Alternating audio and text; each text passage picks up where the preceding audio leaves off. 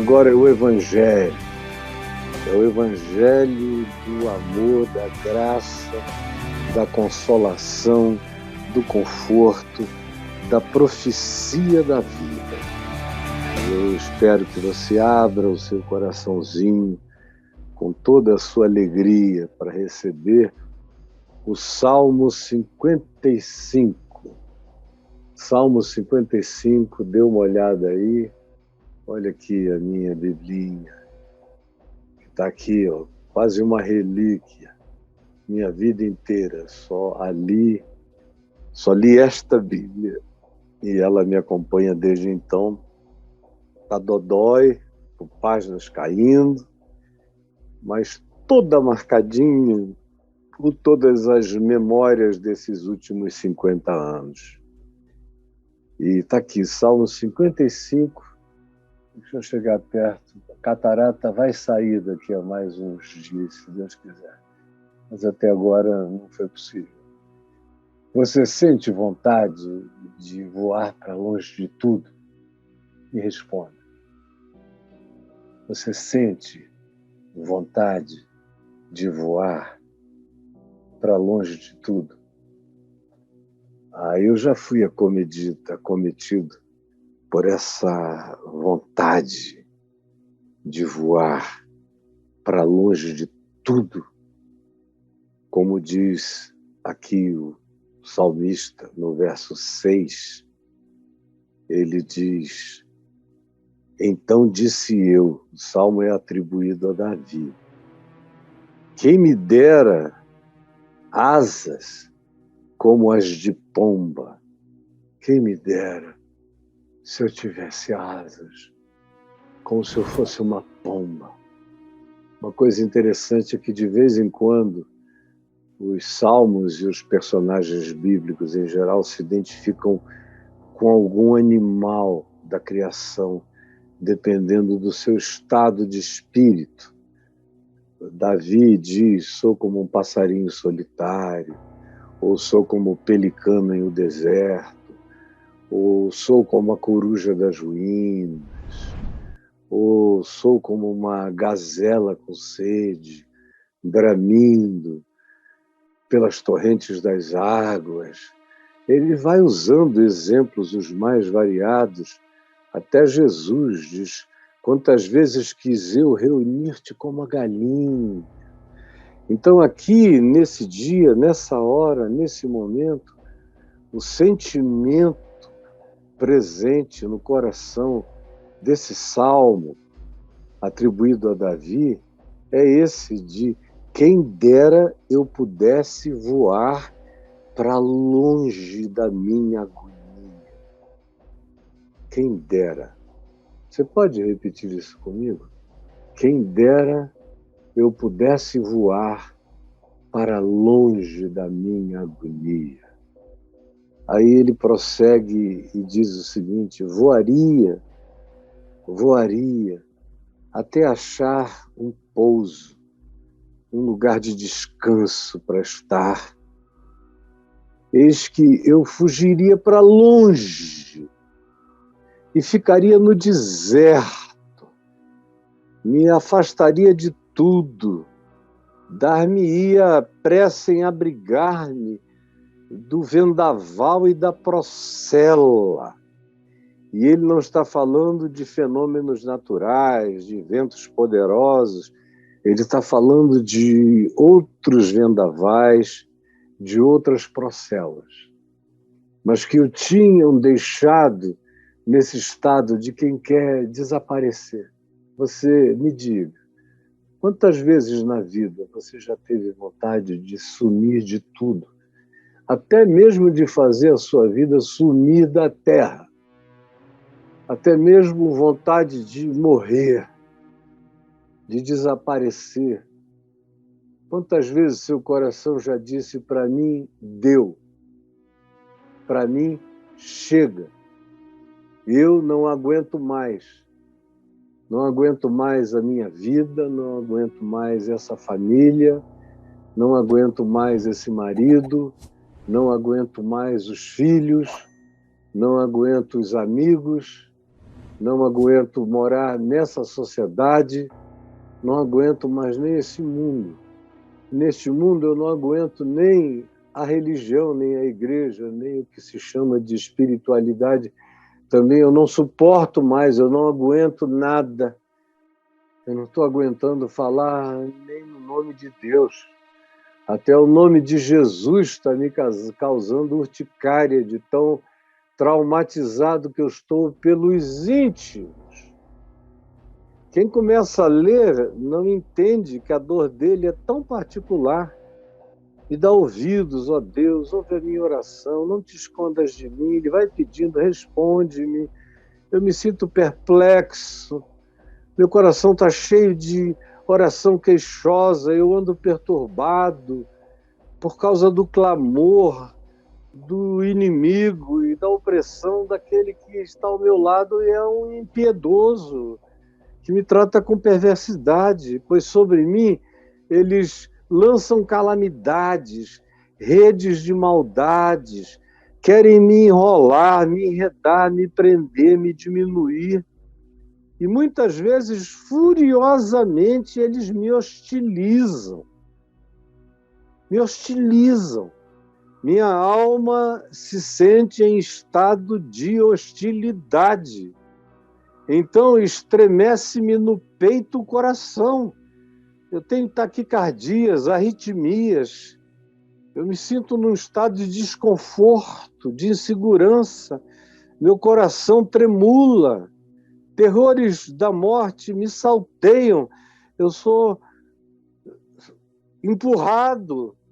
Tenho trumpetings de angústias que me fazem dar aqueles saltos, tomar fôlego de susto do nada. Basta eu me lembrar do que me rodeia e do que eles sentem. Eu até me esqueço às vezes, mas quando eu me lembro, isso salta dentro de mim como um terror salteante na minha alma, terrores de morte, temor e tremor me assolam, me sobrevêm, e o horror se apodera de mim. Então disse eu, quem me dera ter asas de águia. E a gente fica pensando num cara, como o salmo é atribuído a Davi, a gente fica pensando nesse indivíduo com milhares de inimigos, políticos, religiosos, militares, como era o caso de Davi, invejas de todos os lados, mas a gente não pensa que os grandes problemas de Davi não aconteceram do lado de fora.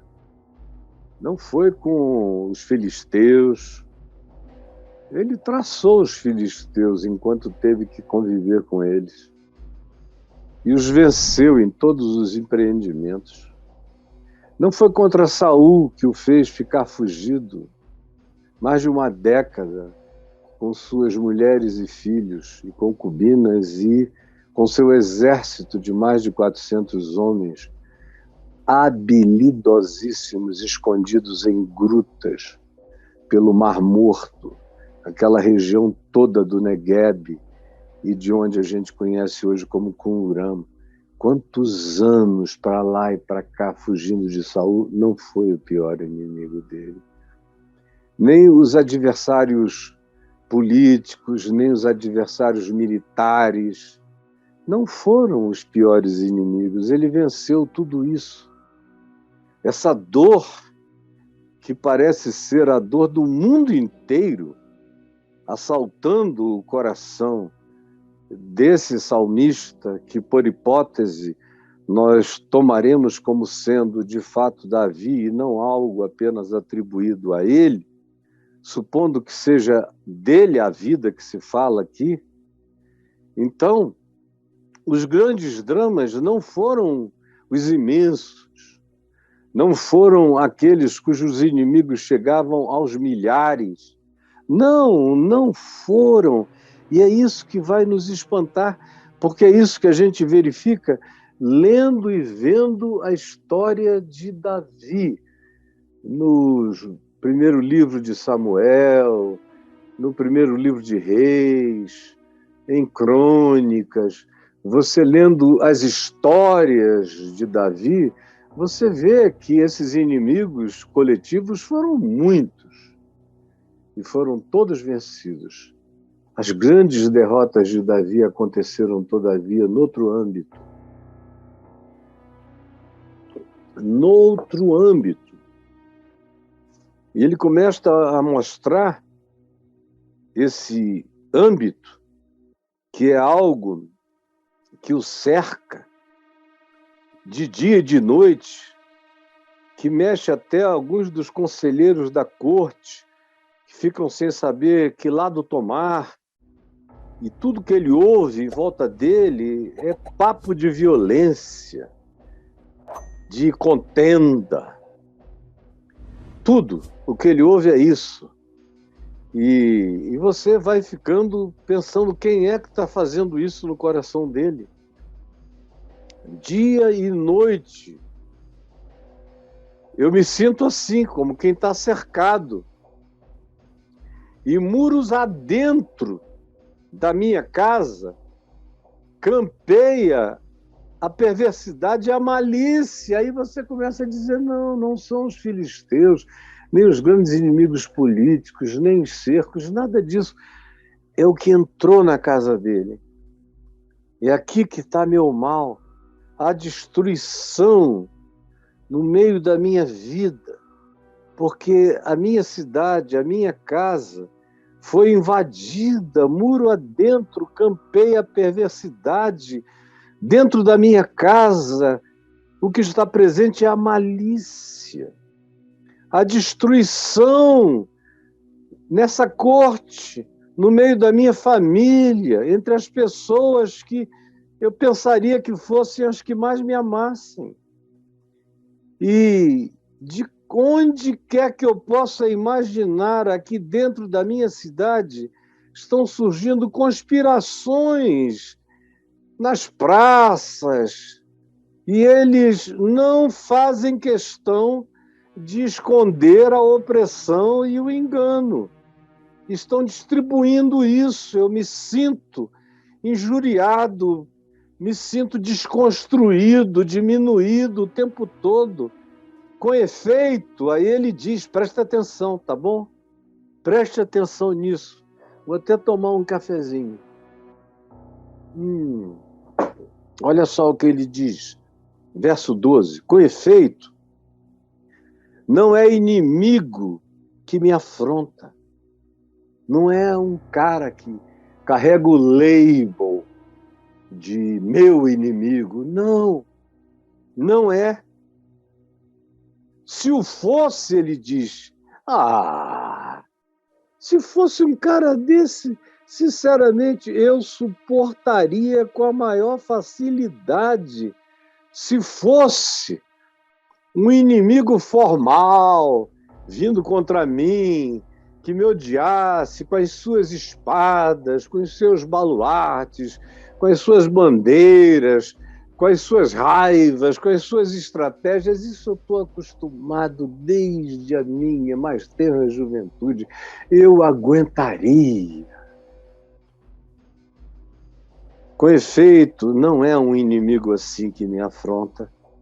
Se o fosse, eu suportaria, porque eu sou casca grossa para essas coisas. Nem é aquele que me odeia quem se exalta contra mim. Não é o que explicita sua raiva, seu ódio, sua vontade de me ver desaparecido, morto, sumido, acabado. Não, também não é esse. Pois desse que me persegue, eu me esconderia, como eu já me escondi durante décadas de quem queria me matar. Mas não é nenhum desses.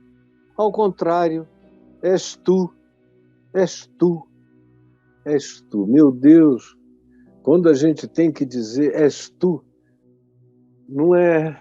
A maior dor da minha alma não vem do mundo inteiro contra mim, mas a grande dor da minha alma vem da particularidade mais significativa da minha existência. E você olha e tem que dizer para o marido, para a mulher, para os filhos, para os parentes, para os irmãos, para amigos: és tu. Não são os que declaram, os que vêm, os que agridem, os que expressam. Esses eu estou acostumado.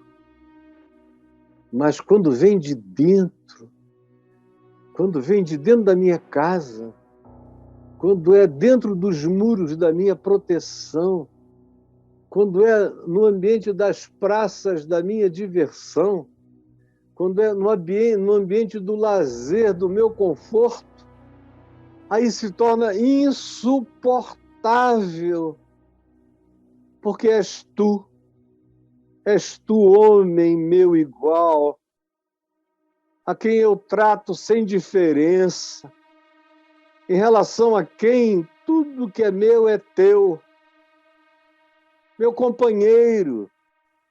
A palavra companheiro significa aquele que parte comigo o pão. É a companhia do pão. É o companheiro. É quem senta na minha mesa.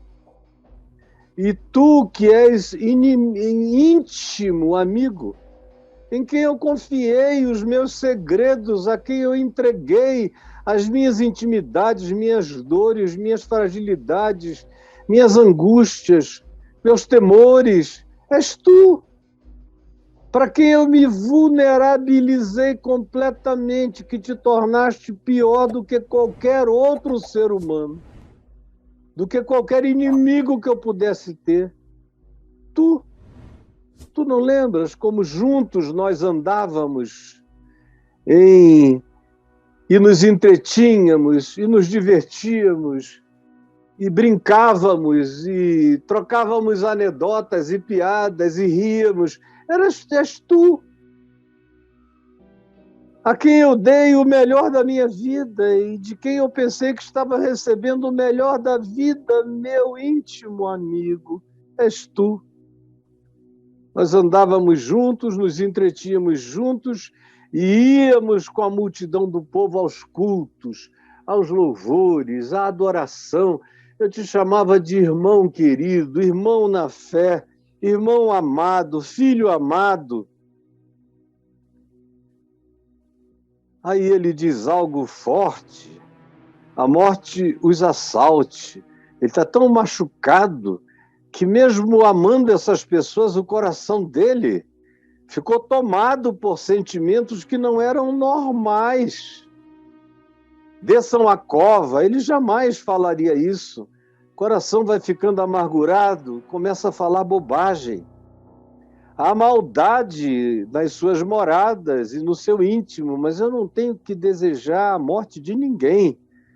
Davi ainda não sabia disso, mas eu já sei, porque eu vi muito depois dele e eu creio no filho de Davi, que é Jesus, que me ensinou a olhar a vida com olhos melhores do que os de Davi. Eu, porém, e é isso que Jesus me ensina, no meio da traição, no meio disso tudo, quando Judas saiu para trair Jesus, o que é que ele fez? Foi orar no jardim do Getsêmani. Eu, porém, invocarei a Deus e o Senhor me salvará. À tarde, pela manhã e ao meio-dia farei a minha oração, levantarei a minha dor e Ele ouvirá a minha voz.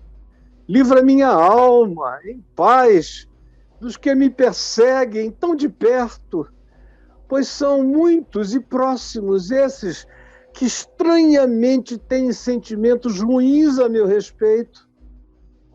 Deus ouvirá e lhes responderá. Deus ouvirá e lhes responderá. Falará com eles. Ele, o meu Deus que preside tudo desde a eternidade, vai falar com essas pessoas, porque não há neles, não há nelas, nessas pessoas que me perseguem, mudança nenhuma. Ele está aqui dizendo: eu faço tudo que eu posso para ver seu encontro mudança, se existe sinal de esperança, se eles estão em algum processo de metanoia, se existe chance de conversão para a atitude deles em relação a mim. E ele diz, eu não sei o que está acontecendo, porque eu olho e eles são os únicos que não mudam nessa vida. Eles não mudam nunca. Você já viu isso acontecer? Me fale. Você já viu isso acontecer? Talvez esteja acontecendo com você, na sua casa, entre seus filhos e com seu cônjuge. Você ora, faz o seu melhor, mas eles não mudam nunca. Não há neles mudança nenhuma. E nunca eu vejo que eles se enterneceram por Deus, que um quebrantamento os acometeu. Eles continuam imutáveis. E essa minha angústia, porque entra ano, sai ano, e eles não mudam a atitude. Tal homem entendeu, estendeu as mãos contra os que tinham paz com ele. Estava todo mundo buscando paz, eu buscando paz, dando a minha paz, mas ele estendeu a mão contra a paz, contra a oferta de pacificação. Ele não quer, de modo algum a deseja. Ao contrário, ele se insurge contra isso tudo.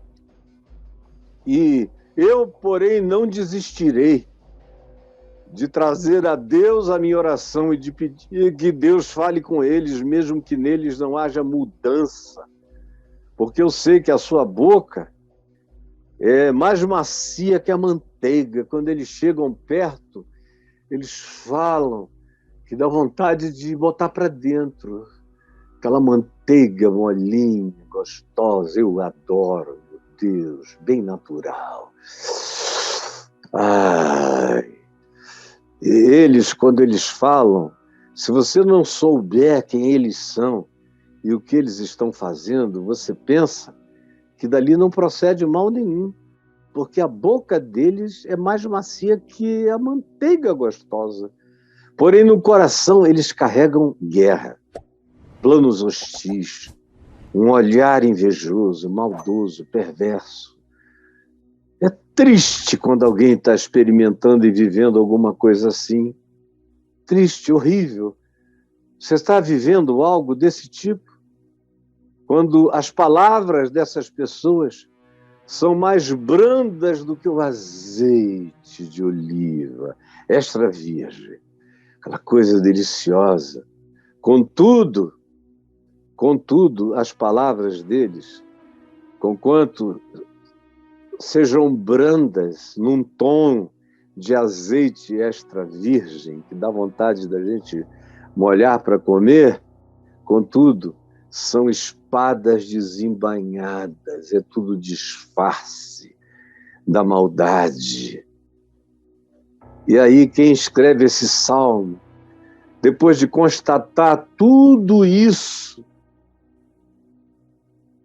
na sua impotência absoluta, como é o caso da sua experiência na família, com os amigos, no trabalho, na intimidade, na igreja, na irmandade. Mas o que você tem é isso. Quanto mais próximos, mais adversários. Quanto mais você abre o coração, mais traído você é. Aí o que é que ele diz? No meio disso tudo, ele só tem coisas simples a dizer. Livra minha alma em paz dos que me perseguem. Livra minha alma desse tormento. Ouve a minha voz. É com isso que ele conta. E no verso 22, ele diz, confia. Ele agora já está falando comigo, com você, com qualquer um que esteja na situação dele. Confia os teus cuidados ao Senhor e Ele te susterá. Confia os teus cuidados ao Senhor e Ele te susterá. Confia os teus cuidados ao Senhor e Ele te susterá. Aí a gente fica olhando em volta, é tanta gente próxima, com sentimentos estranhos que a gente não tem nem como, muitas vezes, demora uma vida inteira para a gente ter a coragem de concluir.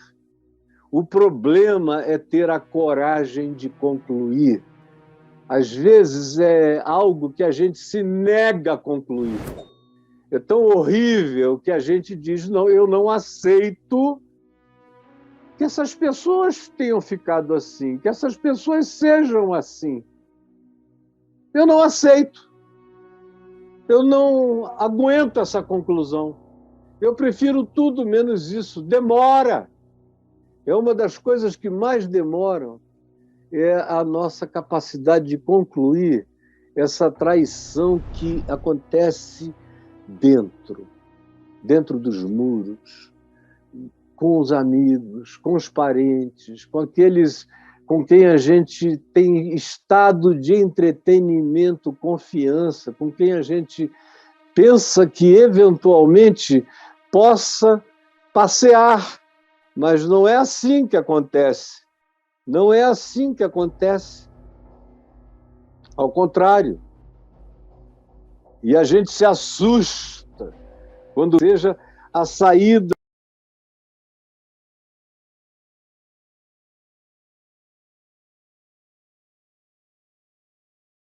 de interpretação diferente, porque não existe essa possibilidade. Só existe isso agora. Confia os teus medos, os teus cuidados ao Senhor. O problema é que tem gente que usa a expressão o Senhor, mas não confiam no Senhor como Senhor. É só um termo, um nome, uma nomenclatura, mas ninguém confia nele. Esse homem aqui confia. E confia tanto que ele não estendeu a mão para fazer ao mal a ninguém da sua casa, nem da sua proximidade. Eles estenderam a mão contra Davi, até o seu filho Absalão, e tantos amigos, generais, conselheiros, gente próxima, gente que comia na mesa dele todo dia, a vida toda. Chegou a um ponto em que ele se viu cercado de inimigos íntimos. Aí ele diz, a quem quer ouvir, a quem quer que esteja na mesma situação, fala comigo, fala com você. Confia os teus cuidados ao Senhor. Confia os teus temores, os teus medos, as tuas angústias, os teus sobressaltos. Confia ao Senhor. Eles estão aí, os inimigos próximos, íntimos, traidores, risonhos, macios, brandos, meigamente malignos, estão aí. E se você levanta a voz, eles vão dizer que o louco é você. Então, aquieta teu coração. Tu estás pedindo livramento para a tua alma, deixa a tua alma ficar em paz. Confia. Confia no Senhor os teus cuidados, como Pedro disse. Lance sobre ele todas as suas ansiedades, porque ele tem cuidado de ti. Confia os teus cuidados ao Senhor e Ele te susterá. Ele te pegará pela mão e te manterá firme, firme. Todo mundo pode dizer, dessa ele não levanta mais. Aí, quando eles veem, o Senhor te pôs em pé e te pôs ereto e te pôs firme. Fez de ti um baluarte, uma coluna. E ninguém pode fazer nada, porque você não fez coisa alguma a não ser manter a sua confiança no Senhor e na provisão do seu sustento. Você está me entendendo? Jamais Ele permitirá que você seja abalada. Jamais. Deixa Deus cuidar deles. Deixa o juízo e a justiça de Deus tratar deles. Isso não tem nada a ver contigo. Fica longe disso, para que o teu coração não se corrompa. Não faça oração contra ninguém. Não faça oração contra ninguém. Repita aqui comigo. Jamais faça oração contra quem quer que seja. Ou você pode dizer, falando a si próprio, jamais farei oração contra quem quer que seja. Repita mais uma vez. Se isso entrar dentro de você, a tua mente vai começar a mudar. Suas interpretações, seus paradigmas de lente de olhar, todos os seus preconceitos vão ser dissolvidos quando sincera e verdadeiramente você aprender a dizer: jamais farei oração contra ninguém. Jamais farei oração contra ninguém. Agora, eu não tenho dúvida de que não tem nada que dói mais do que o ataque dos mais próximos, dos mais íntimos, dos companheiros com os quais a gente sai para se divertir, sem saber o que eles levam no coração. Ou aquela traição da pessoa ao lado de quem você dorme. Traição dos filhos, para quem você dá sua vida e trabalha e se esforça. Traição dos pais, que têm preferências e praticam rejeições em relação a alguns dos filhos. Quem sabe é o seu caso. Ou aquela quantidade de amigos risonhos, macios, manteigosos, azeitosos, que parecem maravilhosos para happy hour, mas que têm um coração cheio de inveja amargurada e de desejos perversos sobre a sua vida. E você foi percebendo, notando, demorou tanto tempo para a ficha cair, mas caiu. E agora a tentação é ficar com ódio, é ficar com raiva, é ficar igual a eles. Cuidado, porque a companhia da maldade carrega o poder de nos tornar semelhante ao perverso. Cuidado, porque a companhia da maldade carrega o poder de nos transformar em gente semelhante ao perverso. Toma cuidado. A perversidade dos outros tem o poder de perversificar a existência da gente. Tome cuidado para que nada disso cresça no seu coração. Jesus, eu disse essa palavra de vida, de conforto, de graça, de poder, de paz, de fé, de força, de escudo, de saúde mental, de coragem para viver, de força para se erguer, de determinação para continuar e de alegria para enfrentar o que quer que seja sem nos deixarmos contagiar pela maldade, mesmo que aconteça no coração dos mais próximos, dos mais íntimos. mesmo que aqueles que são os filhos e os amigos do nosso entretenimento se transformem nos inimigos mais dissimulados. Guarda o nosso coração em paz, não nos deixa imitá-los e nem ficarmos amargurados e ressentidos, para que não nos tornemos objeto de juízo, como o juízo que eles próprios invocam sobre si mesmos à medida em que vivem desse modo. Salva-nos de sermos absorvidos pela maldade deles e de nos tornarmos semelhantes. Ajuda-nos a mantermos o coração confiante no teu amor, na tua graça, na tua justiça e no teu livramento.